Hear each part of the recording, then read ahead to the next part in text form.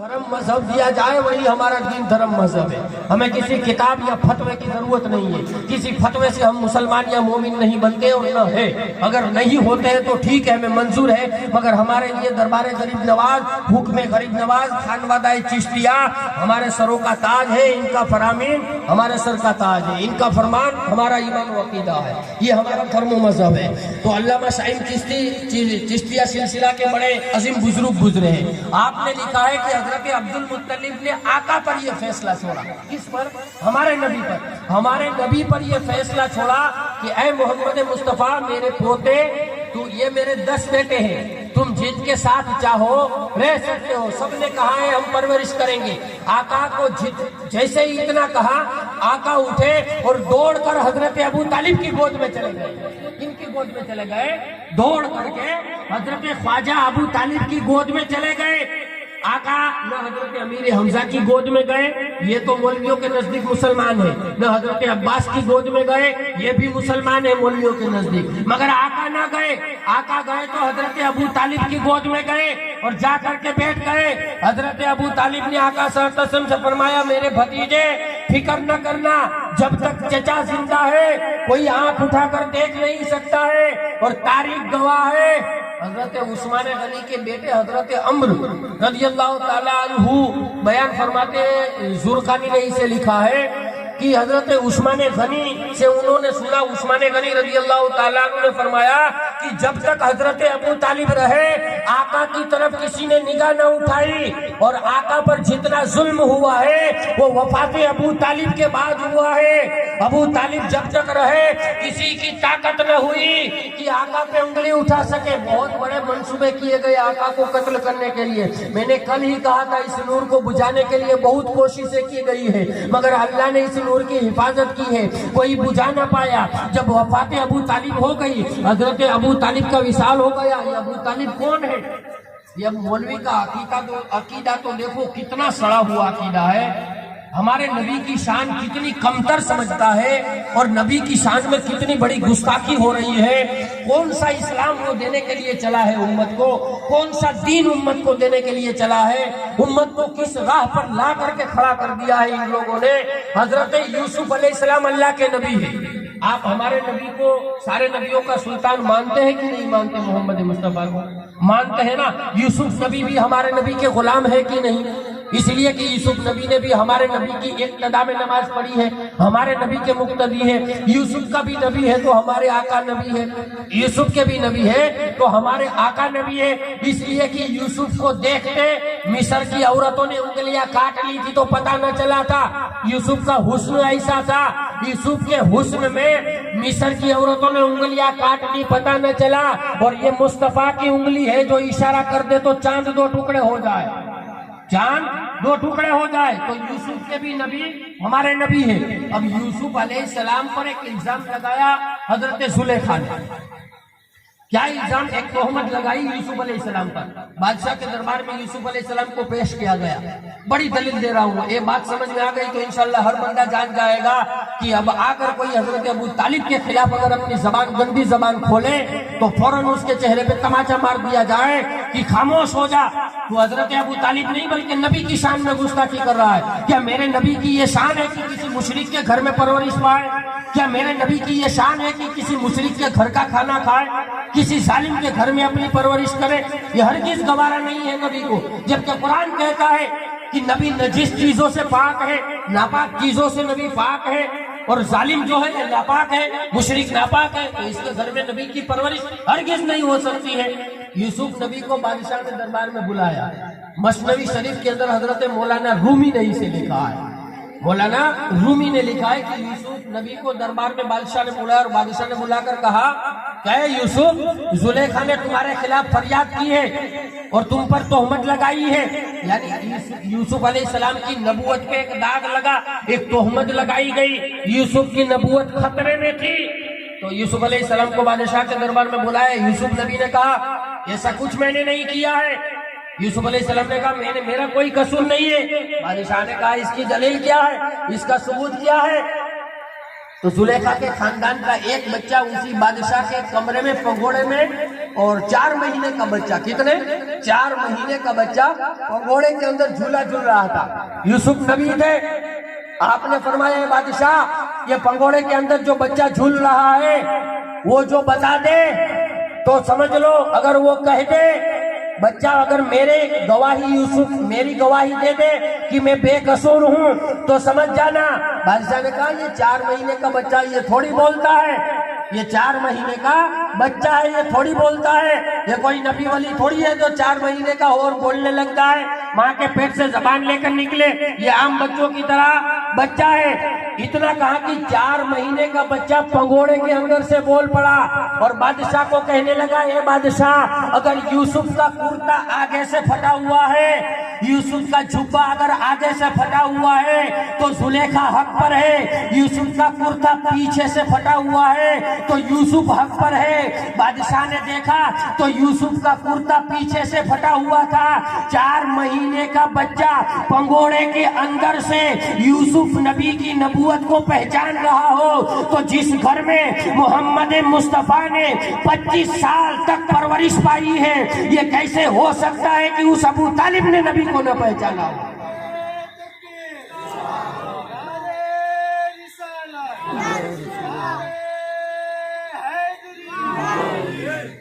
تم نے نبی کو کیا پیش کیا، نبی کی کیا شان اس امت کو بتائی؟ یوسف نبی کے لیے 4 مہینے کا بچہ گواہی دے دے کہ یہ نبی ہے، اور 25 سال ابو طالب کے گھر میں آ کر رہے اور ابو طالب نبی کو نہ سمجھ پائے، ابو طالب نے نبی کو نہ پہچانا ہو، یہ کیسا سڑا ہوا عقیدہ دیا جا رہا ہے، کتنا گمراہیت، کتنی گمراہیت پھیلائی جا رہی ہے۔ تو حضرت ابو طالب کی گود میں آقا چلے گئے، حضرت ابو طالب لائے، آقا کی پرورش ہو رہی ہے، اور آقا کا زمانہ جاہلیت میں بھی لقب تھا صادق الامین، یعنی یہ سچے ہیں، اگر ان کو 1 روپیہ امانت کے طور پر رکھنے کے لیے بھی دیا جائے تو یہ امانت میں خیانت نہیں کرتے ہیں، یہ امین ہے، یہ صدیق ہے۔ آقا کی پرورش حضرت ابو طالب کے گھر میں ہو رہی ہے، کسی کو مخالفت نہیں ہے، کسی کو اعتراض نہیں ہے، کوئی تکلیف پریشانی نہیں ہے، مگر وہ وقت آیا اللہ نے فرمایا اے نبی نبوت کا اعلان فرماؤ، اے نبی نبوت کا اعلان فرماؤ۔ اور نبی کا نکاح اعلان نبوت سے پہلے ہوا ہے، نبی کا پہلا نکاح اعلان نبوت سے پہلے ہوا ہے، حضرت ماں خدیجۃ الکبریٰ سے جو آقا کا نکاح ہوا ہے نا وہ اعلان نبوت سے پہلے ہوا ہے، اسلام کا اعلان نہیں ہوا تھا، اور نبی نے نکاح کیا حضرت ماں خدیجۃ الکبریٰ سے، اور نکاح پڑھائی حضرت خواجہ بطحہ ابو طالب نے۔ کن کی نکاح؟ نبی کی نکاح۔ کس کی نکاح؟ نبی کی نکاح، مسلمان کی نکاح، مومن کی نکاح۔ ایک مشرک پڑھا دے تو نکاح نہیں ہوتا ہے، فتویٰ آ جائے گا، اور نبیوں کے سردار کی نکاح مشرک پڑھائے تو نکاح ہو جائے، یہ عقیدہ مولوی کا ہے، اتنا سڑا ہوا عقیدہ مولوی بتا رہا ہے کہ یہ عقیدہ ہے کہ نبی کی نکاح پڑھانے والا جس کو مسلمان نہیں ہوئی، مومن نہیں، صحابی رسول نہیں مانا جا رہا ہے۔ نبی کے نعت خوان سب سے پہلے، نبی کی نعت اگر کسی نے لکھی ہے تو حضرت ابو طالب ہے، تو نبی کی نعت پڑھنے والا بھی مسلمان نہ ہو تو پھر مسلمان رہا کون؟ پھر مسلمان رہا کون؟ اگر حضرت ابو طالب مسلمان نہیں ہے تو روئے زمین پہ کوئی مسلمان نہیں ہے۔ تم نے کیا سمجھ لیا ہے حضرت خواجہ بطحہ ابو طالب کو؟ آقا صلی اللہ علیہ وسلم کا نکاح حضرت ابو طالب نے پڑھایا۔ آقا صلی اللہ علیہ وسلم کی یہ قریش جو الفاظ ہے نا، قوم قریش، یہ قریش اس کو، یہ قریش کوئی ذاتی نہیں ہے، آج جو قریشی پائے جاتے ہیں وہ قریش کوئی ذاتی نہیں ہے، کپڑوں کی تجارت کرنے کی وجہ سے ان کو قریش کہا جاتا ہے۔ یہ سید تھے بنو ہاشم، اس میں سے جو تھے یہ سادات کا خاندان تھا، قریش اس وجہ سے کہا جاتا ہے کہ یہ کپڑوں کی تجارت کرتے تھے۔ اب آقا یتیم تھے، حضرت ابو طالب کے یہاں 4 بیٹے تھے، حضرت طالب، حضرت عقیل، حضرت جعفر طیار، حضرت مولا کائنات، سب سے چھوٹے مولا کائنات ہیں۔ 4 بیٹے تھے، تو حضرت ابو طالب کی اولاد، اور حضرت ابو طالب کے گھر میں غریبی تھی، تو آقا صلی اللہ علیہ وسلم جب جوان ہوئے تو آقا نے حضرت ابو طالب سے فرمایا چچا میں بھی تجارت کے لیے جاتا ہوں تاکہ جو کچھ رزق اللہ دے اس سے ہمارا گھر چلے۔ تو آقا حضرت ابو طالب نے کہا کہ ٹھیک ہے، حضرت ابو طالب کے ساتھ بھی گئے، واقعات بھی بہے، کہیں راہبوں نے کلمہ بھی پڑھ لیا، مومن بھی ہو گئے، اسلام میں داخل بھی ہو گئے، مگر حضرت خدیجۃ الکبریٰ یہ زمانہ جاہلیت کے اندر، یہ زمانہ جاہلیت کے اندر حضرت خدیجۃ الکبریٰ کا لقب تھا طیبہ و طاہرہ۔ کیا لقب تھا؟ زمانہ جاہلیت کے اندر پاک و مقدس خاتون تھی.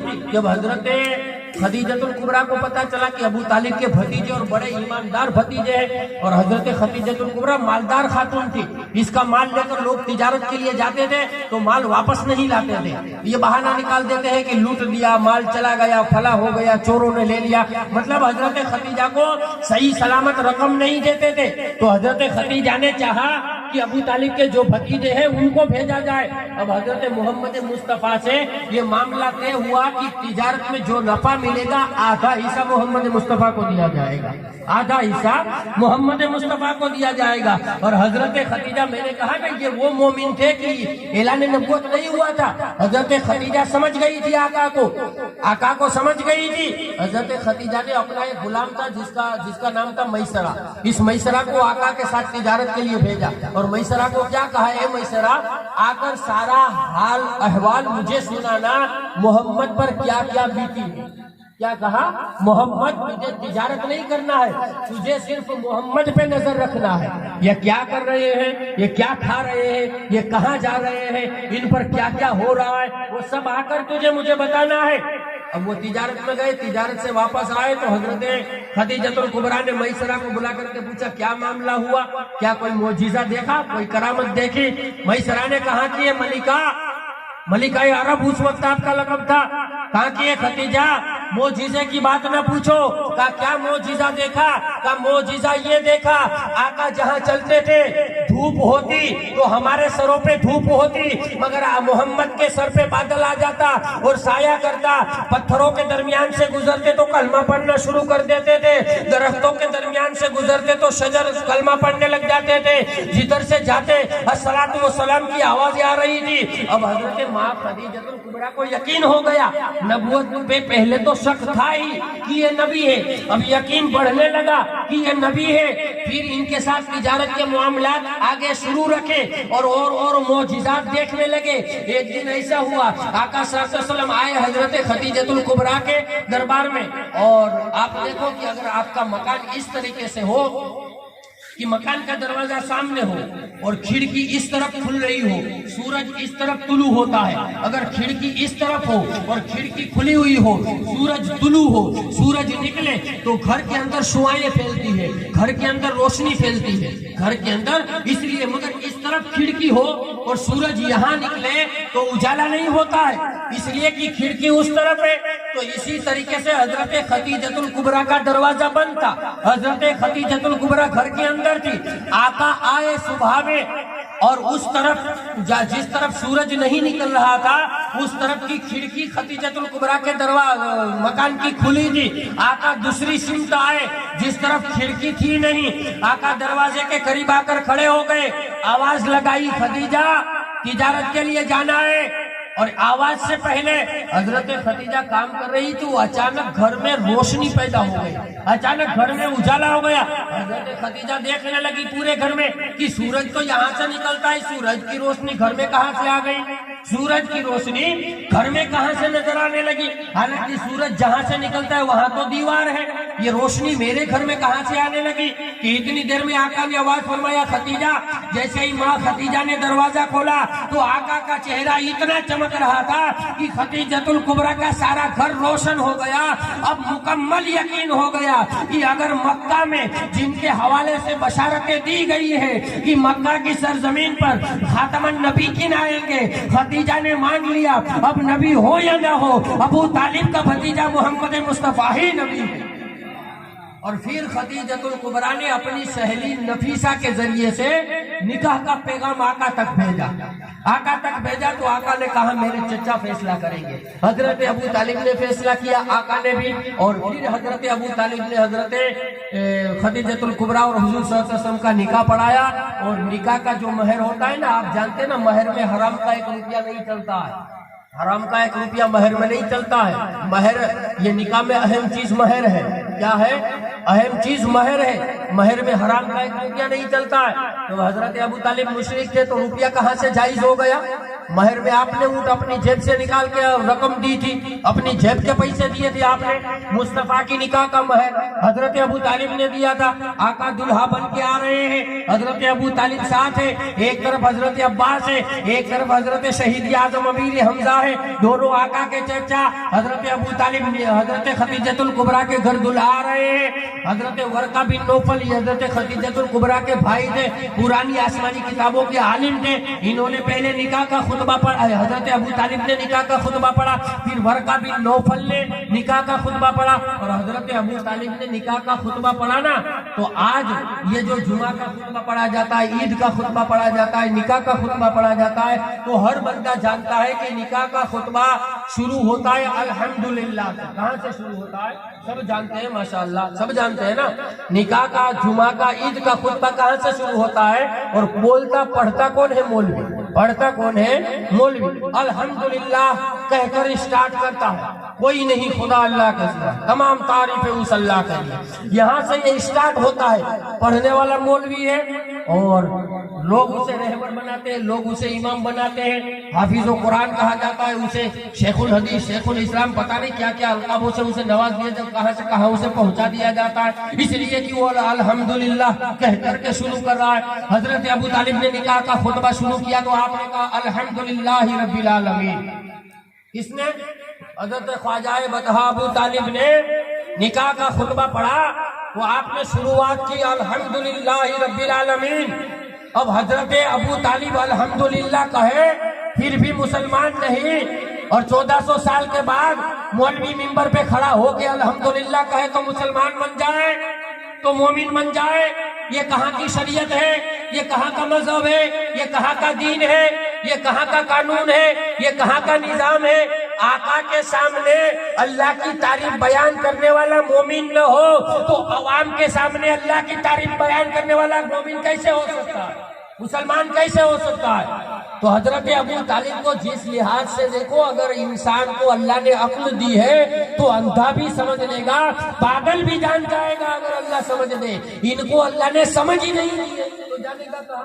اللہ قرآن میں فرما رہا ہے انما یتذکر اولو الالباب، عقل والے نصیحت حاصل کرتے ہیں۔ اب اللہ عقل دے تو نصیحت سیکھے نا، اللہ نے عقل ہی نہیں دی ہے نصیحت کو سمجھنے والی۔ اللہ عقل دے تب جانے، اللہ نے وہ عقل اسے دی نہیں ہے۔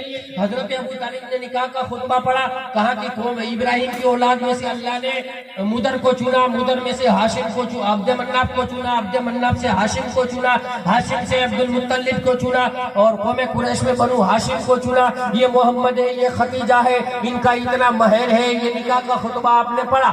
نکاح کا خطبہ پڑھنے کے بعد حضرت ورقہ بن نوفل کھڑے ہوئے۔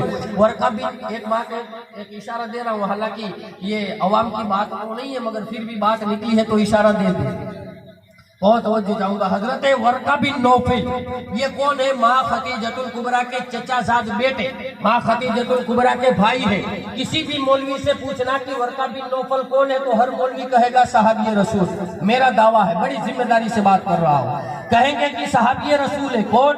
حضرت ورقہ بن نوفل۔ اور میں بھی کہتا ہوں صحابی رسول ہے، حالانکہ ان کا کلمہ پڑھنا 1400 سال کی کتابوں میں سے ایک بھی کتاب میں ثابت نہیں ہے، ایک بھی کتاب میں ثابت نہیں ہے کہ ورقہ بن نوفل مسلمان ہے یا صحابی ہے، مگر پھر بھی انہیں صحابی مانا جاتا ہے۔ وجہ کیا ہے؟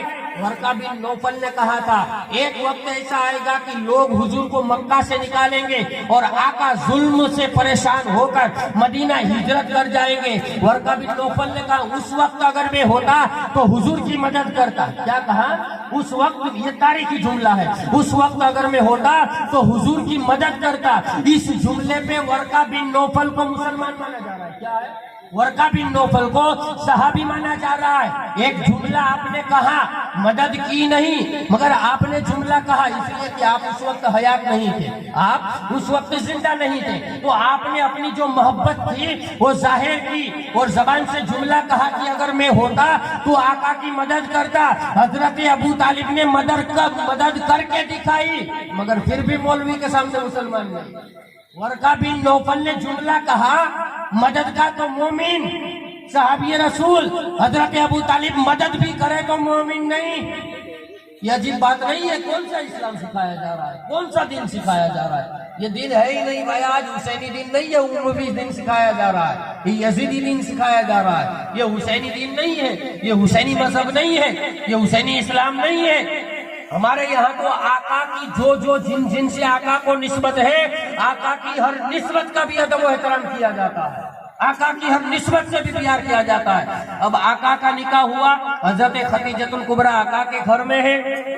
آقا کی 40 برس کی عمر ہوئی، اللہ کی طرف سے حکم آیا اعلان نبوت کرو، اور اعلان نبوت کا حکم ہوا. آپ کے یہاں مسجد ہے نا، آپ جا کر کے فتویٰ پوچھنا، مسجد میں کبھی جا کر کے کوئی حرام کا پیسہ لگا دو یا زکات کے پیسے سے مسجد کی تعمیر کرو تو چلے گا، نماز ہوگی نہیں ہوگی؟ فتویٰ آئے گا زکات کے پیسے سے مسجد بنوائی تو نماز نہیں ہوگی. وہ پیسہ اس میں نہیں چلتا ہے. زکات کا پیسہ آپ چاہے ہلا کرو پھلا کرو جو کچھ بھی کرو، وہ پیسہ اس میں نہیں چلتا ہے. اور یہ ہلے بلے یہ سب بہانہ، یہ شریعت اس کی اجازت نہیں دیتی ہے. جو زکات ہے وہ زکات ہی ہے، جو زکات ہے وہ زکات ہی ہے. چاہے کوئی بھی کتنا بھی بڑا مسئلہ لے کر آ جائے، شریعت مصطفیٰ کا قانون ایک ہی ہے. اگر ہوتا تو مصطفیٰ پہلے بتا دیتے. مصطفیٰ نے بتا دیا یہ زکات ہے وہ زکات ہے، یہاں نہیں چلے گی یا نہیں چلے گی. اور پھر وہ مولوی کھائے یا عام بندہ جس کو بھی زکات کا حقدار ہے، وہ بخاری اور مسلم کی ساری حدیثیں زکات کے باب سے بھری ہوئی پڑی ہے. زکات کا حقدار کون ہے؟ تو زکات کے پیسے سے اگر مسجد بناؤ تو نماز نہیں ہوتی ہے. ابو طالب کے پیسے سے آقا دعوت رکھے اور اسلام کا اعلان فرمائے تو چل جائے. قرآن کی آیت آ جائے، وَأَنذِرْ عَشِيرَتَكَ الْأَقْرَبِينَ، اے محبوب اپنے قرابت داروں کو اسلام کی دعوت دو، اپنے رشتہ داروں کو اسلام کی دعوت دو. آقا صلی اللہ علیہ وسلم نے کھانے کا انتظام کیا، دعوت کا انتظام کیا. حضرت ابو طالب کے گھر میں حضرت ابو طالب کی جیب سے پیسے دیے گئے، کھانا پکوایا گیا، لوگوں کو جمع کیا گیا. آقا نے اعلان فرمایا، اے لوگوں میں اللہ کی طرف سے نبی بن کے آیا ہوں، معاشرے کو ٹھیک کرنے کے لیے آیا ہوں، میں تمہیں دعوت فکر دے رہا ہوں. مجھے نبی اللہ کا رسول مانو اور خدا کو مانو، وحدہ لا شریک مانو. کچھ نے آقا کی طرف داری کی، کچھ کھڑے ہو کر چلے گئے. یہ کیسے اعلان ہو رہے ہیں؟ یہاں سے دشمنی پیدا ہو گئی. جب تک حضرت ابو طالب زندہ رہے تب تک دشمنی. ایک وقت وہ آیا کہ آقا کی 46 سال کی عمر ہوئی، 46 سال. یرس تو جو ہے بنو ہاشم کے خلاف ایک سازش کی گئی. کیا سازش کی گئی؟ بس آخری واقعہ سنا دو پھر انشاءاللہ اپنی بات کو ختم کروں گا. ایک آخری سازش کی گئی. آقا کی 46 سال کی عمر ہوئی اور جسے شیب ابی طالب کہا جاتا ہے. آپ نے سنا بھی ہوگا شیب ابی طالب. تو حضرت ابو طالب کی وہ سال جو ہے وفات کا سال تھا. آقا صلی اللہ علیہ وسلم کی عمر مبارک 46 سال کی ہے. اور یہاں ابو جہل اور بنو امیہ کے بھی بڑے بڑے سلاطین اور بڑے بڑے حضرات جمع ہوئے. قوم قریش کے بھی بڑے بڑے حضرات جمع ہوئے، جو ظالم جتنے بھی تھے، اس لیے کہ ظالم کے ساتھ ظالم ہی ہوتا ہے. وہ ساری فوج اور پنچایت گھر مکہ کا جو ہے وہاں جمع ہوئے اور سب نے یہ فیصلہ کیا. پہلے تو بہت کوشش کی گئی آقا کو روکنے کے لیے، مگر حضرت ابو طالب کی بارگاہ میں بھی شکایت کی گئی کہ ابو طالب اپنے بھتیجے کو روکو. یہ کیا نیا دین لے کر آئے، کیا تعلیم دے رہا ہے، کیا سکھا رہا ہے، پتہ نہیں کون سے خدا کے ماننے کی بات کر رہا ہے. حضرت ابو طالب نے کہا تھا جب تک میں زندہ ہوں میرے بھتیجے کا کوئی بال بکا نہیں کر سکتا ہے. اور آپ نے آقا کو بلا کر کے کہا تھا، اے میرے بھتیجے تمہیں جو پیغام دینا ہے وہ پیغام دے دو. تمہارے پیچھے تمہاری پیٹھ بن کے تمہارا چچا کھڑا ہے. جب تک تمہارا چچا ہے تب تک کوئی تم پر انگلی نہیں اٹھانے والا. اس لیے کہ تم جو سبق دے رہے ہو، تم جو پیغام دے رہے ہو وہ پیغام حق ہے. کیا کہا؟ وہ پیغام حق ہے. اب یہ وہ مومن ہے، انہی مومنوں میں سے اللہ نے نبی کو رسول بنا کر انہی مومنوں میں بھیجا ہے. یہ قرآن جو تذکرہ کر رہا ہے انہی مومنوں میں سے. یہ وہ مومن ہے جو نبی کو اعلان نبوت سے پہلے بھی حق مانتے تھے. تو کہا کہ بھتیجے جو پیغام دینا ہے دے. پھر قوم قریش حضرت ابو طالب سردار مکہ تھے، کعبہ کے متولی تھے، تو اس وجہ سے کچھ کہہ نہیں پاتے تھے، کچھ کر نہیں پاتے تھے. اور آج تک ابو طالب کی اولاد کا بھی کچھ نہیں کر پائے ہیں. ظالم جو ہے یہ نہ اس وقت کچھ کر پائے تھے نہ قیامت تک کچھ کر پائیں گے. تو اب کیا انہوں نے پلاننگ کیا پنچایت گھر میں جمع ہو کر کے کہ ایسا کرتے ہیں ان کو جماعت سے باہر نکال دیتے ہیں. کیا کرتے ہیں؟ ان کو جو ہے ان کا بائیکاٹ کر دیتے ہیں، ان کو جماعت سے باہر نکال دیتے ہیں تاکہ یہ اکیلے رہیں گے تو پھر جو ہے دیکھا یہ جائے گا کہ یہ جھک جائیں گے اور محمد کو ہمارے حوالے کر دیں گے اور محمد کو ہم قتل کر دیں گے۔ ان کا منصوبہ ایک ہی تھا، اے ابو طالب اگر ہماری جماعت میں رہنا چاہتے ہو تو محمد کو ہمارے حوالے کر دو تاکہ ہم قتل کر دیں، یا پھر جو ہے ہم ان کو جماعت کے باہر کرتے ہیں۔ انہوں نے پنچایت گھر میں ایک کاغذ لکھا، ایک عہد نامہ لکھا، ایک عہد نامہ لکھا، اور اس میں کیا لکھا؟ اوپر لکھا بسم اللہ الرحمن الرحیم۔ اتنے کم عقل تھے، خدا کا نام تو لکھ بھی رہے تھے مگر خدا کسی اور کو مان رہے تھے۔ بسم اللہ الرحمن الرحیم لکھا۔ پہلی شرط، جو بنو ہاشم کے خلاف اپنا قدم نہیں اٹھائے گا اسے بھی جماعت کے باہر کر دیا جاتا ہے۔ بنو ہاشم سے کوئی لڑکی نہیں لے گا نہ دے گا، بنو ہاشم کے موت و میت میں نہ کوئی جائے گا نہ انہیں بلائے گا، بس بنو ہاشم سے کوئی رشتہ داریاں نہیں رکھے گا، بنو ہاشم کو جماعت سے باہر کر دیا جاتا ہے، بنو ہاشم کے گھر کوئی نہ جائے، بنو ہاشم کے پروگرام میں جلسے میں مجلس میں کوئی نہ جائے، بنو ہاشم سے کوئی بولے نہیں، بنو ہاشم سے سارے رشتے کٹ کر دیے جاتے ہیں، بنو ہاشم کو یہاں سے نکال دیا جائے گا، بنو ہاشم کو کھانا پینا پیش نہ کیا جائے۔ یہ سارا معاہدہ لکھا ایک کاغذ کے اندر، اور لکھنے والا اکرمہ تھا۔ کون تھا؟ لکھنے والا اکرمہ تھا۔ اس نے کاغذ کو لکھا، کاغذ کو سمیٹا۔ اب یہ خاندان بنو ہاشم کو پتہ نہیں تھا، انہوں نے بائیکاٹ کیا، یہ اپنی طرف سے انہوں نے پلاننگ کر کے کاغذ کو اور پٹارے کے اندر رکھا، پٹارا لے جا کر کے کعبہ کے اندر رکھا، کعبہ کو تالا لگایا، پٹارے کو تالا لگایا۔ چابی کہاں رہتی تھی؟ ان مشرکوں کے پاس۔ کہاں رہتی تھی؟ یہ ابو جہل نے، یہ بڑے بڑے جو حضرت تھے نا، ان کے پاس کعبہ کی چابی، پٹارے کی چابی رہتی تھی۔ کعبہ کی چابی حضرت ابو طالب کے پاس اس وقت نہیں تھی، سردار مکہ تھے مگر چابی نہیں تھی۔ تو اب کعبہ کے اندر کوئی گڑبڑی ہو تو کس کا قصور مانا جائے؟ جس کے پاس چابی ہو۔ آپ کے گھر میں چوری ہو جائے، چابی آپ کے پاس ہو، تالا ٹوٹا ہوا نہیں ہے تو پھر کس کا نام آئے گا؟ جس کے پاس چابی ہے اسی کا تو نام آئے گا۔ اگر تالا ٹوٹا ہوا ہو تو مانا جائے کہ چور آیا ہے، تالا ٹوٹا ہوا ہے نہیں، چیز غائب ہے، تو جس کے پاس چابی ہے اسی کا نام آئے گا۔ تو چابی ان کے پاس ہے۔ بنو ہاشم کو انہوں نے مکہ سے باہر نکالا اور شیب ابی طالب میں چلے گئے۔ شیب ابی طالب مکہ سے 1.5 کلومیٹر دور ایک پہاڑی والا ایریا ہے، گھاٹی ہے، اونچی جگہ پر۔ آج بھی وہاں جو ہے بس اسٹیشن، کار اسٹیشن بنا دیا گیا ہے۔ اس گھاٹی میں حضرت ابو طالب بنو ہاشم کو لے کر چلے گئے، جس میں مولا کائنات بھی تھے، حضرت جعفر طیار بھی تھے، ابو طالب کے 4 بیٹے بھی تھے، ابو طالب کی بیٹیاں بھی تھی، ماں سیدہ کائنات کی ولادت ہو گئی تھی، آپ بھی تھے، حضرت خدیجۃ الکبریٰ بھی تھی، آقا بھی تھے، حضرت عباس بھی تھے۔ بنو ہاشم کا سارا خاندان، ابو لہب کے علاوہ یہ سارا خاندان 3.5 سال تک، کتنے؟ 3.5 سال تک حضرت ابو طالب لے کر کے اس خاندان کو گئے اور اس گھاٹی میں رہے۔ ابھی آپ کی نگاہوں کے سامنے 1-2 سال پہلے کورونا کا زمانہ گیا ہے، کورونا کا دور گیا ہے۔ آپ جانتے ہیں نا کہ کام دھندا بند ہوتا ہے تو 1 مہینہ یا 1 سال گزارنا کتنا مشکل ہوتا ہے۔ ابو طالب کو ایک گھاٹی کے اندر بند کر دیا گیا 3 سال تک۔ کتنا؟ 3 سال تک۔ اب ابو طالب کی قربانی کیسی قربانی ہوگی؟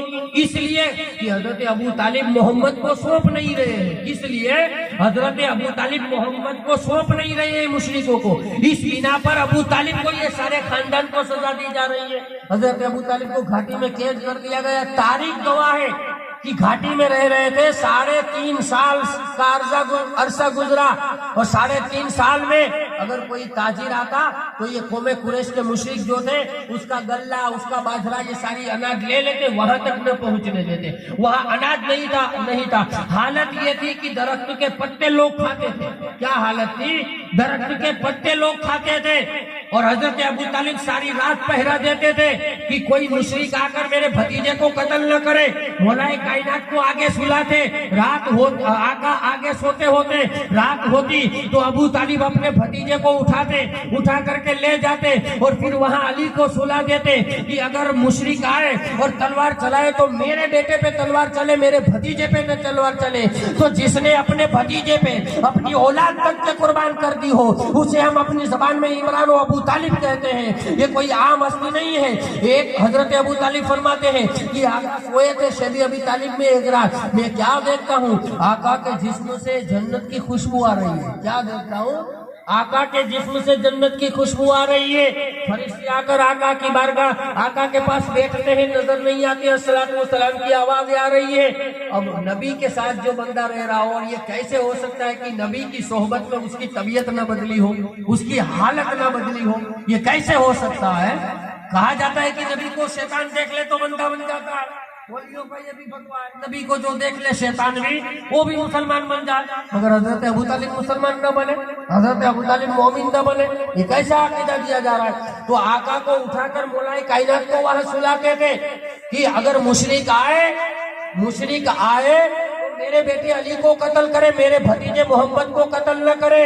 مولا کائنات کو ہجرت کی سب بستر رسول پر اسی لیے سلایا گیا تھا، اس لیے کہ علی کی بچپن سے عادت تھی، علی کی جو ہے بچپن سے عادت تھی، مشرک تلوار لے کر آئے تو علی لیٹے رہے، یہ علی کی بچپن سے عادت تھی، محمد کے بستر پہ لیٹنا یہ علی کی بچپن سے عادت تھی، ہجرت کی رات علی نہیں لیٹے، شیب ابی طالب میں بستر رسول پر بھی علی لیٹتے تھے، بستر رسول پر بھی علی لیٹتے تھے۔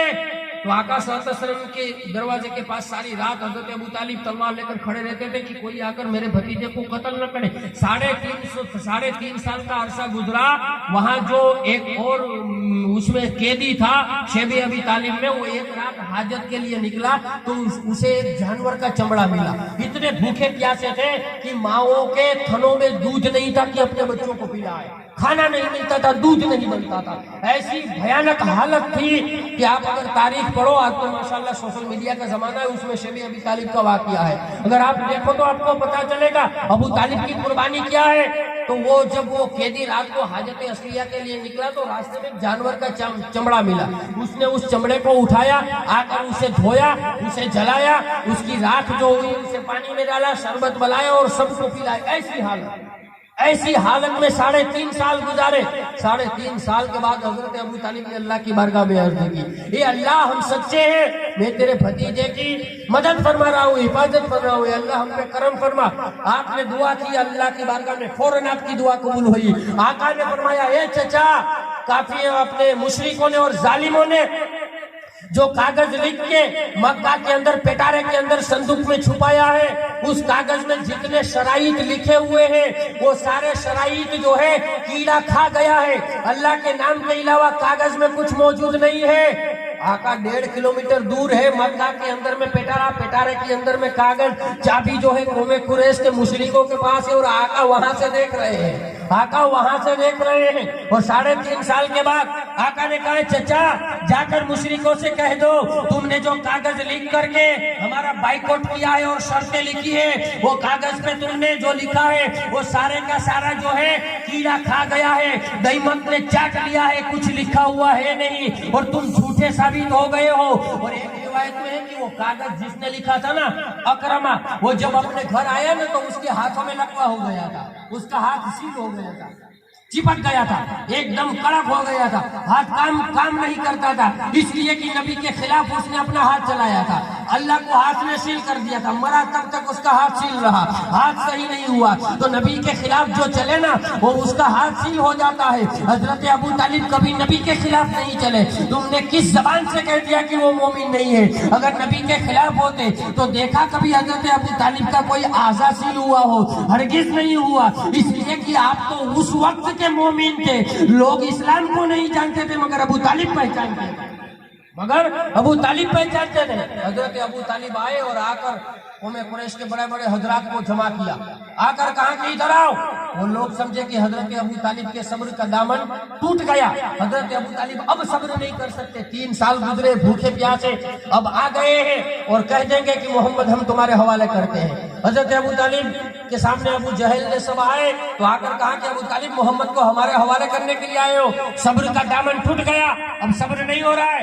حضرت ابو طالب نے کہا، میں نے 3 سال تک بھوک اور پیاس کو برداشت کیا ہے، اپنے بچوں کو تڑپتا ہوا دیکھا ہے، ان کی ماؤں کو تڑپتا ہوا دیکھا ہے، ان کے تھنوں میں دودھ نہ تھا، پریشان ہو رہے تھے، میں نے 3 سال تک راتوں کو جاگنا پسند کیا ہے، اس لیے کہ محمد کو تمہارے حوالے نہ کروں، اور اب بھی آیا ہوں تو تم کہہ رہے ہو کہ محمد کو ہمارے حوالے کرنے کے لیے آئے ہو۔ اگر محمد کو تمہارے حوالے ہی کرنا ہوتا تو 3.5 سال تک میں شیب ابی طالب میں کیوں جاتا اور کیوں اتنی تکلیفیں برداشت کرتا؟ میں حوالے کرنے کے لیے نہیں آ رہا ہوں، بلکہ میرے بھتیجے نے بتایا ہے، تم نے کاغذ میں جو شرطیں لکھی ہے اور پٹارے کے اندر تالا لگا کے اندر رکھی ہے، مگر پھر بھی اسے دیمک نے چاٹ لیا ہے، کیڑا کھا گیا ہے۔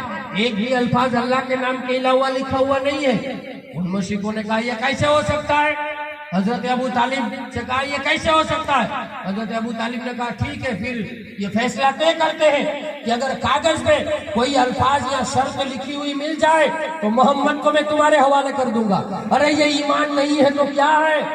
3 سال تک حضرت ابو طالب نے آقا کو مشرکوں کے حوالے نہیں کیا، ساری تکلیفیں اٹھائی، بھوک پیاس کو برداشت کیا۔ اب محمد کی زبان پہ، محمد کے اعلان پہ، محمد کی زبان پہ ابو طالب کہہ رہے ہیں کہ میرے محمد بھتیجے کی زبان سے جو الفاظ نکلے ہیں اگر وہ سچے نہیں ہوں گے تو بھتیجا تمہارے حوالے کر دوں گا۔ یعنی ابو طالب کا ایمان یہ گواہی دے رہا ہے کہ محمد کی زبان سے جو نکلا ہے وہ ہمیشہ سچ نکلا ہے۔ اور بعد میں خدا نے قرآن میں کہہ دیا میرا محبوب جو بولتا ہے محبوب نہیں بلکہ وحی الہی ہوتا ہے، وہی الہی ہوتا ہے۔ زبان محبوب کی ہے، بول خدا رہا ہے، بول خدا رہا۔ ابو طالب نے کہا مجھے منظور ہے، اگر اس میں کچھ لکھا ہوا ہو اللہ کے نام کے علاوہ تو محمد کو تمہارے حوالہ کر دیا جائے گا، اگر نہ لکھا ہو تو پھر ہمیں پریشان نہ کرنا، ہم آ کر ہمارے گھروں میں رہیں گے۔ اب کعبہ کو کھولا گیا، پٹارے کو کھولا گیا، کاغذ کو لیا تو دیکھا واقعی بسم اللہ الرحمن الرحیم کے علاوہ کچھ بھی لکھا ہوا نہیں ہے۔ کیڑا کھا گیا، پٹارے کو تالا لگا ہوا ہے، بات سمجھ رہے ہیں؟ پٹارے کو تالا لگا ہوا ہے جس میں کاغذ رکھا ہوا ہے، اور پٹارے میں تالا ہے، پھر بھی کیڑا اندر جا کر کے جو کاغذ میں لکھے ہوئے الفاظ تھے اس کو کھا گیا، دیمک میں چاٹ لیا، سارا کاغذ صاف ہو گیا، اللہ کے نام کے علاوہ کچھ لکھا ہوا نہیں ہے۔ حضرت ابو طالب نے کہا اے قوم قریش کے سرداروں، اب بھی تو مان جاؤ میرا بھتیجا محمد جو ہے شیب ابی طالب میں ہے، وہ مکہ آیا نہیں ہے۔ اب تو یہ مان جاؤ کہ میرے بھتیجے کو کوئی تو بتا رہا ہے کہ پٹارے میں کاغذ جو ہے وہ دیمک میں چاٹ لیا ہے۔ اگر میرے محمد کوئی بتانے والا نہ ہوتا تو میرے بھتیجے کو پتا کیسے چلتا؟ اور یہی تو نبوت کی نشانی ہے، میرے بھتیجے کو خدا بتا رہا ہے، خدا کا پیغام میرا بھتیجا مجھے بتا رہا ہے۔ تو یہ حضرت ابو طالب اس وقت کے مومن کامل ہے، مگر آج دنیا نے سمجھائی نہیں ہے۔ ارے جو نبوت کی ڈھال بنا رہا، جس نے نبوت کی حفاظت کر کے نبی ہم تک پہنچائے نا، اسے ہم اپنی زبان میں ابو طالب کہتے ہیں، اور ابو طالب کہتے ہیں۔ تو آج کل کو کوئی آ کر یہ کہے، کتنی بھی حدیثیں پیش کریں مگر اپنا ایمان کبھی کمزور نہ ہونے دینا۔